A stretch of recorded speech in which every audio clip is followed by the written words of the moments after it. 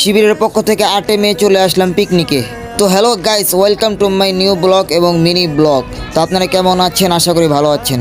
তো গাইস, আজকের টপিকটা হচ্ছে জামাতে ইসলামের পক্ষ থেকে একটা পিকনিকের আয়োজন করা হয়েছে এবং সেখানে আমাদেরকে দাওয়াত দেওয়া হয়েছে।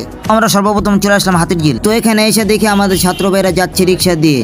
আমার বন্ধুরা আবার ভালোই গেট আপ সেট আপ নিয়ে আসছে। তারপর আমরাও একটা রিক্সা নিয়ে রওনা হলাম মহাখালীর উদ্দেশ্যে। তো আমরা যাব 300 ফিটে। আমাদের বাস অপেক্ষা করছে মহাখালী। এখানে এসে দেখে আমাদের আগে আমাদের বাস হাজির। তারপর আমাদের বাস ছেড়ে দিল এবং আমরা রওনা হলাম 300 ফিট শিশিল পার্কের উদ্দেশ্যে। अजनबी से यार बना जो मिलते ही इकरार।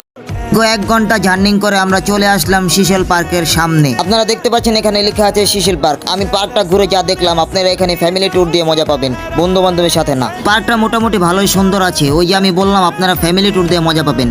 তারপর আমাদের সকালের নাস্তা ছিল ডিম খিচুড়ি। কার কার ডিম খিচুড়ি পছন্দ কমেন্টে বলে যাবেন। খাওয়া দাওয়া শেষে চলে আসি ছবি টবি তোলার জন্য ঝর্ণার কাছে। এই পার্কে একটা ঝর্ণা আছে, অনেক সুন্দর। আপনারা চাইলে এখানে ভালো ছবি শুট করতে পারবেন। দুপুরের খাবার হচ্ছে রোস্ট পোলাও। এটাও কার কার পছন্দ কমেন্টে বলবেন, দেখি কার কোনটা বেশি পছন্দ।